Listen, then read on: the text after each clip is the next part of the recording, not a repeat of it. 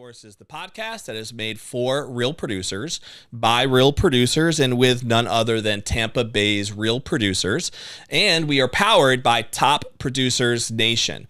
You can check us out at topproducersnation.com to learn more about how to become a top producer in your given market through any of our coaching programs, through any of the courses, and the overall community that we provide there as well. So check it out at topproducersnation.com. We get to interview today Miss Lisa Carroll, the Team TLC leader. How you doing, Lisa? I'm doing great, Don. It's good to have you here. Yeah, no doubt. If Lisa looks familiar, we have featured her in the past in an episode, or an issue, I should say, of Tampa Bay Real Producers magazine. Not only has Lisa been on the cover as a team leader and a top producer here in the Tampa Bay market, I believe off the top of my head, you've been in more than one feature now that I think about it, right? There was a team feature a couple years ago, I think. Years ago. Yeah. So it goes way back with Lisa. We've been doing features for a couple of years now with her, and it's the first time, of course, having you here on the show. So excited to dive into your story a little bit more. And so we'll kind of just start there. A little bit about your background. Did you grow up in Tampa Bay? If not, how you got here, and eventually how you got yourself interested in real estate? Well, I moved here in 10th grade, so I went to Gaither High School up in Carrollwood and went to USF after that. Got my degree in education, taught special education for just a little bit, got my real estate license at the same time. Okay. So I was in my early 20s and I started real estate then, and I've been doing it now about 31 years. Very cool. So that's kind of my backstory. When you were in the education side, did you think you'd go into the real estate game, or I really didn't how'd that transition happen? No, I didn't think I was a salesperson. Mm-hmm. So I guess when you're a teacher, though, you're kind of up there selling yourself. For sure. And really in real estate, that's really what you're selling is yourself. And not, you sell houses, but you're really marketing yourself. They have to trust you too, right? Yeah, exactly. Yeah. So, no, I really didn't. My first husband was a realtor. So I started looking at homes with him, and I found it very interesting. Okay. And we did a few flips, and we bought a few homes, and I really enjoyed that. So I kind of just dove in, and once I started, I just loved it. Now, did you dive in full time and leave the education side right away, or did that happen gradually? I graduated at the December from USF, so I had the rest of that school year. They hired me at the school I had done my internship at, which was also Gaither High School. So where I graduated from was where I was teaching, and I taught the rest of that school year. That must have been interesting. It was cool. Yeah, I knew a lot of the same teachers that were still there because I was still pretty young, at that time. So I taught for the rest of the school year, and I said, I'm going to take the summer off. And I started selling full-time in that summer. Okay. By the time a month or two had gone by, I did a couple deals or had them under contract. And, the salary back there then for a teacher was really low. Yeah. It's still not as good as it should be. They're still underpaid today. Yeah, for sure. I'm sure you found out pretty quickly that you might be able to make more money in real estate. That was for sure. But I also really enjoyed it. So it was kind of fun to be free and, build my own company and my own business and just get that little inkling of an idea of what was possible. So I never went back to teaching. I did go back when the market crashed, though. So when the market did crash in 2007-ish or 8, I did go back to teach for a little while. We had 2 little kids, and we were kind of struggling because my husband was in mortgages and I was in real estate. Yeah. And at the time, it got real business during that time. Tough. Yeah. So I taught for a little while they were in elementary school, and then came back in full force in about maybe 12 years ago or so. Okay. Now, the flipping you were mentioning that you were doing, was that just for yourself, like just making some profits, or were you working with investors and helping them find flips? At that time, it was just for ourselves. Okay. I've done all of the above since then. Yep. But at that time, I was just kind of learning as we went. So we would find something and go, let's move into it, or let's fix it up, and then we would slowly flip. We weren't doing these massive, big, quick flips. Yep. But early in my career, I did get with a group of people. I had an inspector, a lender, myself, another partner, and then a handyman contractor kind of guy, or both. Mm-hmm. And then we did about 5 or 6 flips during, my really early career. So I did a lot of that at the beginning. Have you always maintained that, or did that stop for a while and has it been kind of random? Yeah, when the crash happened, a lot of stuff changed in my mindset at that point. I had a big portfolio, so I did have to liquidate some of that because we were struggling at the time, but it was nice to have those assets. Sure. So I really never went back into the whole flip thing, and I don't think I've done one since probably before the market crashed in 2007. I do have a little bit of real estate now that I hold and I rent. Rentals? Yeah, but I don't really get into the whole Those are single-family homes? I have a short-term vacation rental, up in Georgia, and that's really the one that I have held on to, and it's doing great. It's a cabin up in the mountains. Cool. Airbnb, VRBO, all that good stuff. Do you guys visit there as well sometimes? Oh, yeah. It's great to get up there. Good for the family, I take it. can't wait. October's coming, so this is the season. The leaves are coming, so I can't wait. I grew up in Michigan, so I want to go up there and just see that color. I don't want to see the snow. Really, had enough of that. But so that's basically what I've done with the flipping thing. So on the real estate side, what strategies worked for you to be able to get some traction in those earlier years? Was it you kind of grew up in this market, so were you diving into just organic network and letting everybody know that you're an agent, and is that where things started developing, or did you do some other things that worked for you? The thing is, you have to realize this is 30 years ago, so it was a totally different game. It was a different market. We didn't have social media. Yeah. We didn't have the internet like we have now. We didn't even have, maps in our car. So it was just different. Sure. So we used to run ads in magazines that they would pick up and they would call, and I just built my, my core database and kept working that database. We used to cold call out of the phone book. I mean, it was Whatever crazy it times. Yeah. So the time we did floor time, we'd have people walk into the office, which you rarely see anymore, no matter where your office is. Maybe in vacation rental places, people walk in, like communities like Blue Ridge, downtown Blue Ridge, where my or like cabin downtown is. St. Pete still has a lot of that. People walk in the door, sure. but you don't get that anymore. So we had a lot of walk-ins, and you would just establish the relationship with the client, and that's what real estate's all about, is the relationships you have. For sure. So I was young, but I did establish a lot of relationships, and it's funny because I'm going through my past business and I lost some of my earlier database after I went back and taught for that time period. Yep. I lost some of it, which was a shame, but I tried to track it. Then they changed our MLS right at the time when I came back in. So it was hard for me to track back some of it. But looking back at my sales, like over the last 15 years, you can see the same people, always repeating, referring, buying, selling. A lot of the people are still in their homes 10, 15 years later. For sure. The homes are worth, 2 or 3, 4 times as much as what they bought them for. So, I think that's the key back then, was just establishing relationships and building the relationships and, asking for that business. Do you know what percentage of your business today is referral based or referral heavy? Yes. So it's a huge percentage because we have a team going on too. So the team brings in their own referrals. So we kind of track it all together, but it's a good 25 to 30% of our business. At pretty least. Big chunk. Yeah. For sure. And so at some point in your experience, did you have the intention initially to build a team, or did that just kind of happen because of necessity? Like things were just too busy. You felt like you needed help. What was that evolution like? When I started by myself, I soon after, in those early days, formed a partnership with another young lady that was my age at the same time, at the same place in her career. Okay. And we kind of helped each other. We opened our own brokerage at that time. Okay. So I had a team, but it was just 2 people. So it was more of a partnership. You can have this weekend off, you get the next weekend off, and we would kind of cover for each other. It helped a lot. When I came back, I didn't have that, but I got my husband to come in and get his license immediately right when I came back. That's the TLC. That's the TLC. We're talking Tim here. Yes, so Tim and Lisa shout Carroll. Shout out to Tim and Lisa Carroll. Yes. But so once Tim started joining me, and I came back with just a different mindset that I wasn't going to just be, I was going to be better. I could do more. I felt more confident the second time when I came back in. Yep. I was older. I was very young when I started. So, being a little bit older at that time, it just became overwhelming. And then I started going, okay, what do I do? And I did everything wrong. Everything I could do wrong, I did wrong.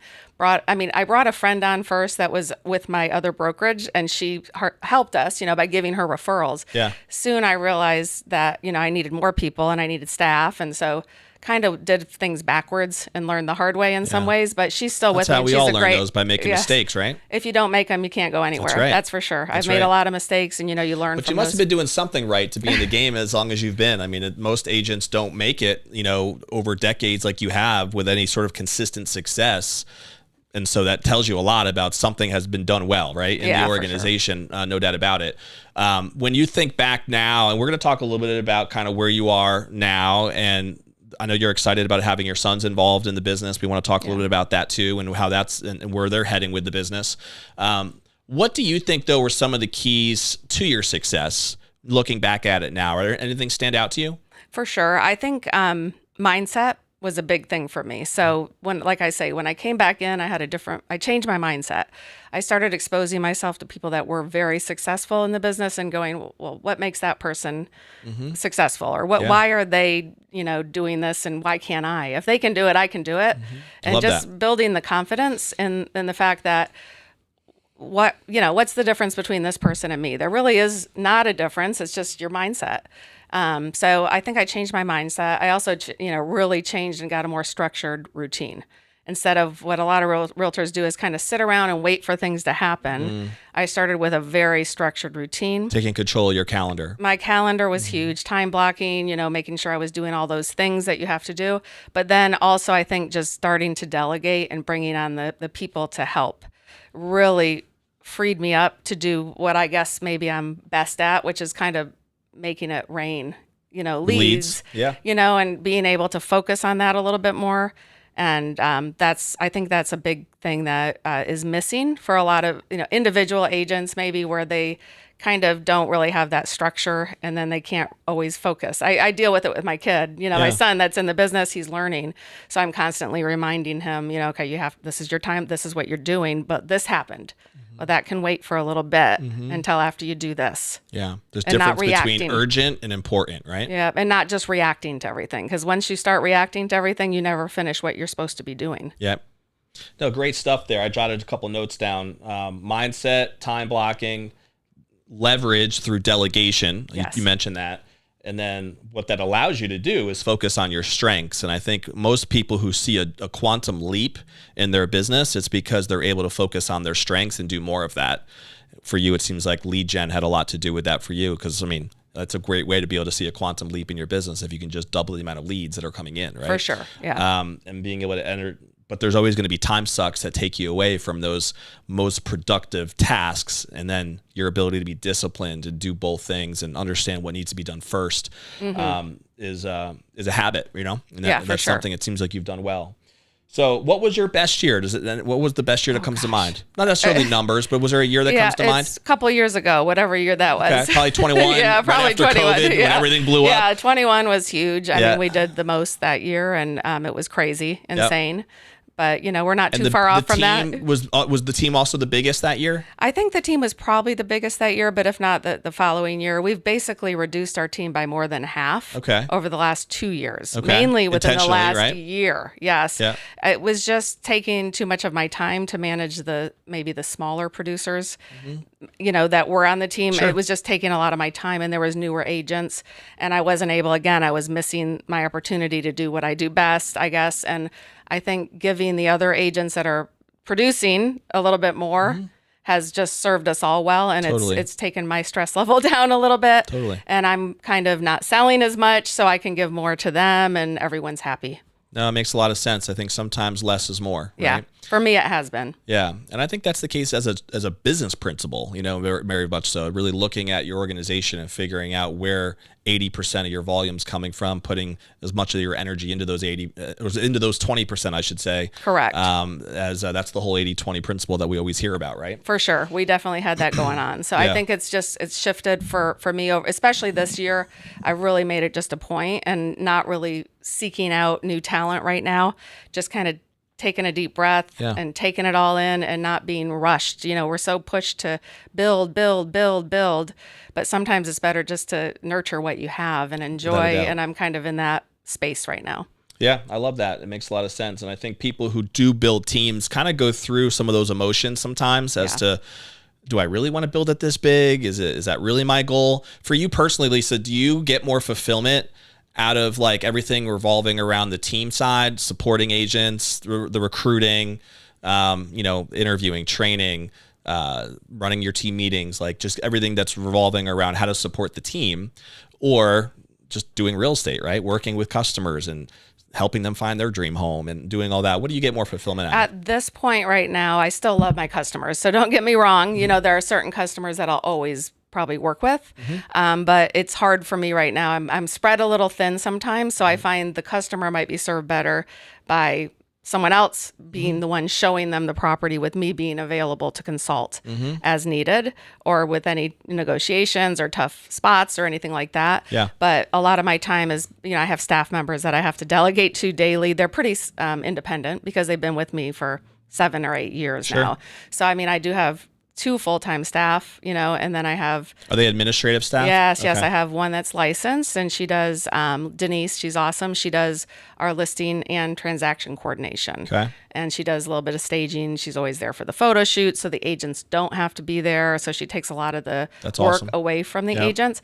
And then I have Jenny, who is wonderful. She's my marketing, client care, and everything else, person. But yeah, so I tend to have to work a little more on the back end side of the business now than I ever have. Okay. So it's become more and more that's where my focus has shifted. Yep. But I don't want my clients to feel like I'm not there for them, because I'm involved in every transaction.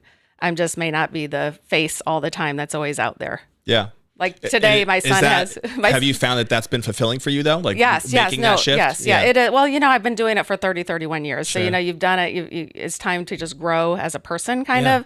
And I think this is just where it's taken me. Like today, Garrett has to go on his first listing appointment by himself. That's your son? Yeah. Okay. And so because I couldn't be there because of the scheduling, and he got the lead. Time to grow up. He got the lead, and he would normally lean on me, and I would go, and it's hard for me to shut up when I'm there and just let him go. So I'm like, this is perfect. You're going, and he'll take my licensed assistant, who is, knows all the paperwork and all that. So if he has any issues with stumbling across, with, what's the question and what's the answer kind of thing, I won't be available. Right. So I'm, time for the eagle to fly, huh? That's what I said. That's the part of being a leader, that you just have to be able to let go and trust it, and just, say, what, if I said you don't get the listing, I'm not going to be upset. I'm not going to be mad. You're going to learn from it. We all learn. If you get it, yay, but don't stress over it for me, because I'm not going to be upset with you. And just so people understand, like, despite these ebbs and flows of the market and challenges, I mean, I think you said off camera that you guys are having one of your best years ever now. Like Lisa and the team are over 40, or I wrote down over 40 million already this year in 2024, over 90 units. So there's a lot of success there, right? And the team is making things happen. How many agents do you have right now? There's 9 of us right now, counting me and Tim. So 9 total with you guys. With me and Tim, so 7 others. Okay. And Tim's transitioned out a little bit though, right? Yeah, so he's like not officially, we haven't announced yet, but Tim's retiring. He's put his many years in, God bless. And he's allowed to, so he's enjoying that, and he's just not as involved. He's not coaching some of the sales teams. He used to do a lot of coaching and role play and stuff like that, but he's not doing any of that at this point. That putting more on you? Are you involved on the coaching side more now? You know what? Since we've narrowed the team down to our higher producers, we don't need as much of that we used to need. So, it's just all worked out kind of like things always do, I think. When you set your vision, you make your plan. 2025 was my year that I had said my youngest one will graduate in 2025, and he wants to be a realtor. And, I said by 2025, I hope to be more out of production. And I've slowly been reducing my production. Okay. Giving someone else the listing that maybe I go with them, but then they meet the client, and, I'm not as involved as I would be if it was just me. Yep. So it's interesting, because it's all just kind of worked out nicely so far. Do you see a vision where your boys end up taking over the organization at some point? Is that something that they are excited about, or you've talked to them about? They think they want to, but I don't know if they totally understand what that entails yet, and I know they're not ready. So I'm not ready to give up the reins or anything at this point. But over the next few years, we'll definitely see what their, true intentions are, because you don't really know till you're in it. Just like selling real estate, you don't really know what it is until you're doing it. It's kind of interesting. People think they know what it's going to be about, but I don't think it really is what most people think. Yeah, and it is interesting. And I guess the question revolves around, you have seen different markets now, ebb and flow in your experience in Tampa Bay. And there's been an interesting market even in the last 12 months, right? Oh, yeah. Plus you got the new NAR rules. settlement and everything going on with all that. Has that impacted you guys at all in a positive way, negative way? I haven't seen a major change yet, but it may just be too early, because first of all, it's slowed down a little bit. It's an election year. We see a 17 to 20% decrease. Typically in election years, we don't know what to expect this one, because it's been a weird market coming up to this election year. But as far as the new NAR, regulate the rules and all the buyer broker agreements and all that, we haven't had any issues with it. Just training people on just learning how to handle it. It's not something we were doing prior. I know a lot of different states and different places, they have done it for years. but I haven't seen it really change anything. But again, we're not real heavy, like we're not oversaturated with buyers right now, like where we're just crazy, because our market's I think it's a little slower right now. It is, or at least that's what we're seeing, so they're able to take their time and they're not feeling rushed with the people that they're having to go through this process with. Yeah. What type of advice would you give to somebody who looks at your organization, your success over multiple decades now, and really admires the fact that you've been able to be as successful as you've been for as long as you've been, and it's been sustainable, right? Because I think you do see some people who have kind of a year or two where they might spike, or maybe a couple of years, but to do it over the course of time you have really speaks a lot to your discipline, your systems, your processes, and that's worked, right? If you had to kind of pinpoint a couple specific things that you think are important for longer lasting success in this industry, what would come to mind for you? You can't do it all yourself. I really think a lot of people want to be the one and just do it all themselves. And I think that just gets you to a point where you feel like you never have time for anything. I felt that prior to the market crashing, like, my phone would ring and I would cringe because I would be like, oh my gosh. And it was just me, even though I had a partner, it was still all on me, all the administrative tasks, all those things. So if you can outsource some of those things you don't like doing, or you're not good at doing, or you don't do consistently, I think that is a big thing that helped me grow. I really think you got to leverage people. You have to leverage people, and you help them too. Yeah. Let them use their talents to help you, and you reward them with their pay, good pay. And, so it's a win-win for everyone. And that's part of having a more fulfilling business, in my opinion, too, because then you can see people grow, right? I love that part. So that's where my joy does come, is helping these agents. Like almost every agent on my team started much lower in their production, and they're having their best year ever, and they've had their other best year ever, maybe not last year, but the year before and the year before. And so I get to see them, some of them were up 200 and something % this year. That's awesome. On their numbers year to date. Yeah. So, I mean, like, to me being able to give them my, experience and just motivation and mindset, a lot of it's mindset and changing the way you react to everything instead of reacting, using your time wisely. I really enjoy that part of kind of like coaching them.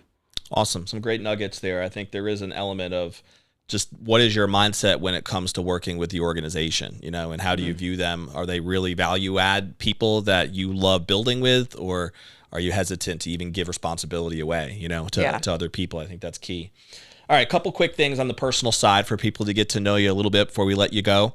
I know Lisa's got a big lunch coming up here, so we got to make sure that she's there on time. What are some things that you just love to do for fun when you're not jamming in real estate? So I'm an artist. I love to paint. Nice. I'm trying to focus a little bit more on that too now that I have a little bit more time. Really for myself, I sold a few pieces of art back in the day, but really haven't been able to focus on it. It's hard to really let that artist flow go when you're always answering the phone and do you have a studio at the house? I do. Yeah, Nice. I do. So I really do a lot of that. I love nature. I love, exercising. What type of art do you do? Is it nature painting? art? No, abstract. Is it? Okay. Very abstract. Yeah. And Tim is also an artist, right? Tim's an artist and a musician. So he does original music and he also paints. And there's a music studio yes, at the house there is. as well? We have both. You guys got a little bit going on there. Yeah. How about that? And what about your boys? Are they into activities outside of real estate at this point? Yeah, they both love basketball and working out, but both of them are also a little bit artsy. The older one, a little bit more so than the younger one so far, but it's hard to say because he's still in high school. So Bryce, the younger one, is really into fashion and style, and he does a lot with vintage shopping and getting all the old designer kind of things. Nice. And that's how he spends his school budget to buy his clothes. It's all used clothing. It's interesting. There you go. He's really into that, but of course he's only 17. So but the older one, who'll be 21 soon, is really into playing piano, guitar. He sings. There's a lot of artistry in your family. Yeah, so it kind of runs in the. I can't sing or play anything, so it's not me. At least you could paint, though. I can paint, yeah. You got that part of the brain working. And we like to travel and stuff like that. So just kind of spending time with the family. We definitely do a lot as a family unit. Makes sense.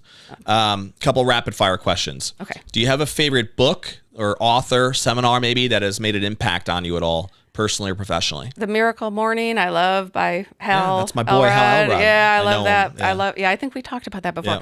But that really helped me change my mindset about the whole savers thing. And I still write savers down in my journal every morning, SAVERS, to make sure I'm doing all those things. And if you don't know what that is, get the book. Yeah. It's a great thing. So that definitely changed my view on how to structure my mornings, which are very important to me. Yeah, it's a very practical way to actually have like a systematic approach to your morning routine. Yes. And it's a great recommendation. So shout out to my boy Hal. Hal. Making impacts all over the world. So good. God bless you. Do you have a favorite TV show or movie? Oh, gosh. I like to watch all those really terrible reality shows. You're a reality gal, huh? I like the Murders Only in My Building right now, or Only Murders in My Building, I think it's called. No idea. That's a great one on Netflix with Selena Gomez. Okay. So that's what I'm into watching right now. Check it out, people. If you're into the reality scene, that's not a reality one though. That's actual like. That's the real story, the real gruesome stuff behind it. It's got like some really great actors in it, so it's pretty funny. It's like a mystery. Gotcha. They do a podcast actually. It's about a podcast they do. You should check it out. I should. Yeah. I would. All right. Our last question will be about what I call the legacy question. So the idea of when, and it's interesting in your situation because I know you already mentioned that in a couple of years you might be looking to transition right out of production, and have a little bit of a legacy there within the group, within the team. But as you think about what you would want to be most remembered for years from now, and when you're sitting on that rocking chair, hopefully many years from now, what do you think would be most important to you, Lisa, in terms of your legacy and want to be most remembered for? I really care about the people, and I think I want that to come through, whether it's the clients or the team. And, that can be a hard thing in real estate because sometimes you meet the general public and they don't understand that about you. But I really do care about them and their happiness. It doesn't have to be to my degree of success. It's whatever makes them happy. And that makes me happy. So that's one thing. But I think also that I was able to build this business is great. I really came from, my parents were farmers. They were always afraid they wouldn't have enough. I grew up that way. We didn't have enough. I was always, afraid that there wasn't enough, no money, not enough money. Yeah. And so just that I was able to just turn that around and hopefully impact my sons and their future families in a different way, because Tim's family was the same way. Never enough. They didn't have enough. Yeah. You can't possibly. Are these families that went through like the Great Depression time, his, the 20s? Yeah. Tim's dead. Mine was a little after, but I mean, they were at the end of it. But so they just were poor farmers up in Michigan, and the dirt roads up there. So just being able to change the trajectory of hopefully the future of our family to being that you can do that. Totally. You can do anything you want. Yeah, I love that. There's the whole scarcity mindset versus an abundance mindset, right? Yeah. And you talked a lot about mindset on this show. A couple different times you've mentioned it's my favorite topic. Yeah, and I can see it. I can see why. And I mean, it's obviously made a huge impact in how you've been able to maintain long-lasting and consistent success. So congratulations on all that. Thank you. It's great to have you on the show. And I want to make sure you make your lunch. So we're going to get you out of here. But let me end with a challenge that we always do to the audience. And before I do that, if there's anyone who does want to pick your brain a little bit more, just to kind of ask you questions about your career, your business, the things you've learned along the way, what's the best way for someone to reach you? Sure. You guys can reach me at 813-205-7337 or email me at lisa@tampateamtlc.com. Awesome. We'll put that on the description too, cool, so that people can check it out if need be. But we always end with a challenge to the audience. So if you're somebody watching through the live streams on Facebook or on YouTube, if you haven't already subscribed, by the way, to our podcast, just click a button below. That way it says subscribe. That way you'll be notified every time we have an interview like we just did with Lisa, and you'll be noted who those are. We drop a new episode every Friday. So you can follow us there. You can also, of course, follow us at topproducersnation.com. But what is one action step that you can take from this today that's going to help propel you forward personally or professionally from this conversation? So that way the time you invested in listening to this will be worth it. Maybe it's as simple as the Miracle Morning recommendation book that Lisa threw out. That would be a great way to revolutionize your mornings, right? Maybe you really got to think a little deeper about how you're viewing your organization and the scalability of it and the people involved in it, like Lisa talked about. She shared tips on mindset, on time blocking, on delegation, the ability to focus on your strengths. Where is it for you that you have an area of opportunity that you can make a change that's going to help propel you forward? And if you do that, even if it's just one thing, then this time is going to be worth it that you invested. So take that time. We will see you, of course, on the next episode of the Tampa Bay Real Producers podcast. We'll see you later. Bye.